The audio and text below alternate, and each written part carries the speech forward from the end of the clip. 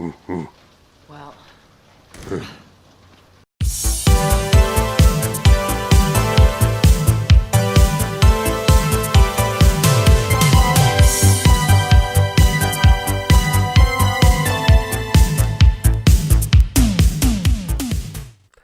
Hey guys, what's going on? Chris here, as always, with Shugghead Gaming, and here's my review for Crisis on the Planet of the Apes for the PlayStation VR.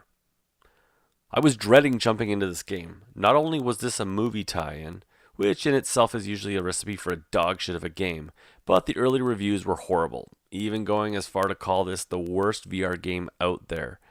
Well, wasn't I shocked when I actually found myself enjoying my time with this game? Within reason. Let's get into it. As always, guys, if you enjoyed the video, hit that like button, and if you want more PSVR content from me, please consider subscribing.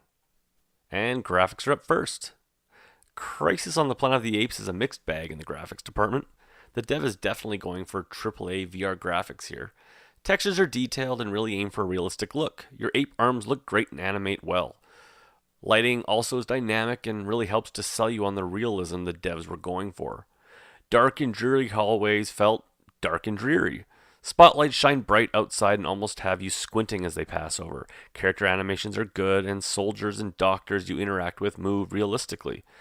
The biggest thing the devs nailed is giving the environment a sense that you're in a real location that feels lived in.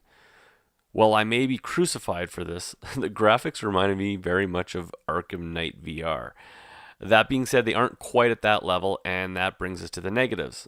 I'm unsure if this game has any pro support, but on my pro, there's a definite drop in fidelity as you look farther out from your vicinity. Graphics blur and anti-aliasing goes out the window. Well, this isn't surprising given the detailed texture work. Rocksteady was able to pull it off better in Arkham Knight. This game could really benefit from some optimization. The graphics at work here are nice, but ultimately, as is, the total package suffers. Sounds are up next.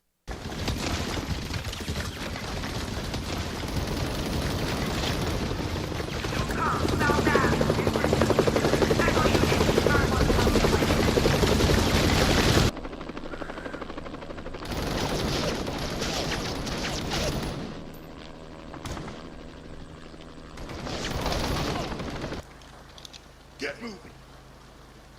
Oh shit, never mind, this one looks dumb. This piece of shit. 5 more seconds and then shoot it.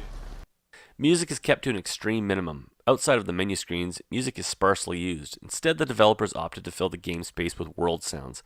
This works pretty well for Crisis on the Planet of the Apes. The world around you feels alive with speaker chatter, helicopters, and sirens all around. For a game with these development resources, the voice work is expectedly good, although brief in its use. Your character will grunt and groan when appropriate, and this works to improve immersion.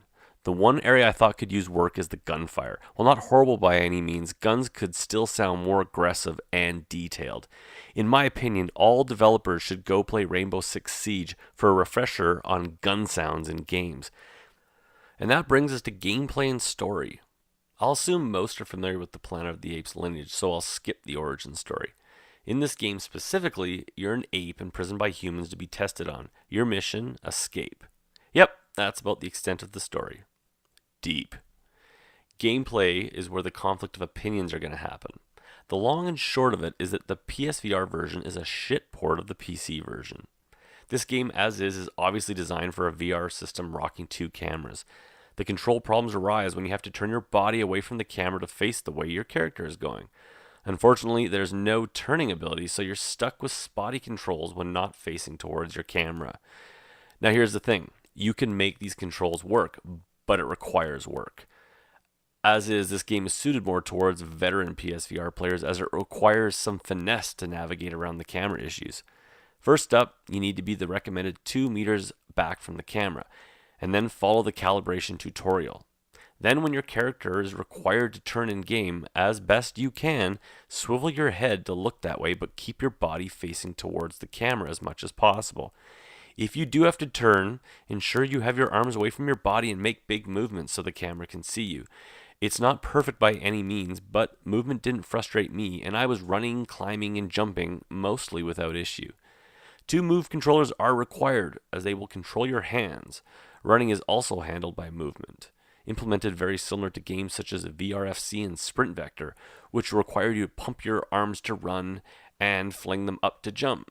Climbing is handled competently and can feel pretty cool when you look down as you're going hand over hand.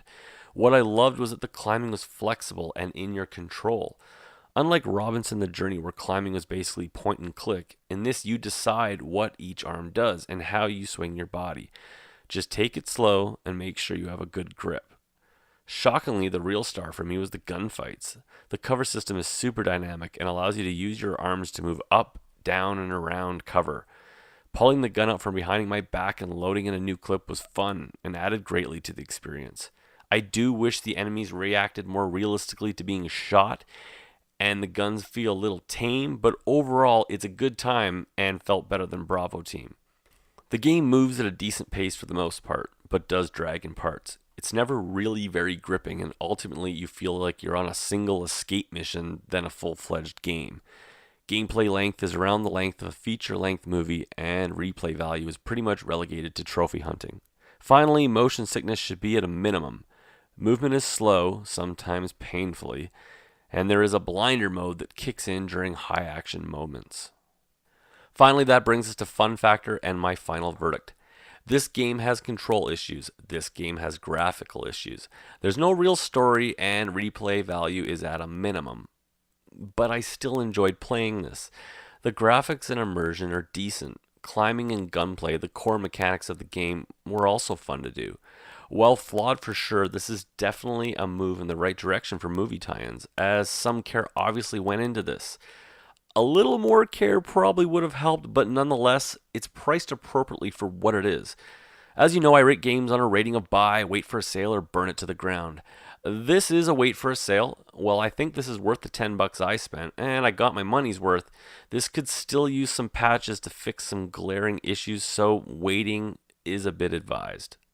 Anyways, guys, thanks for watching my review. If you liked it, hit that like button, and please consider subscribing if you want to see more PSVR content from me. I'll see you on the next video.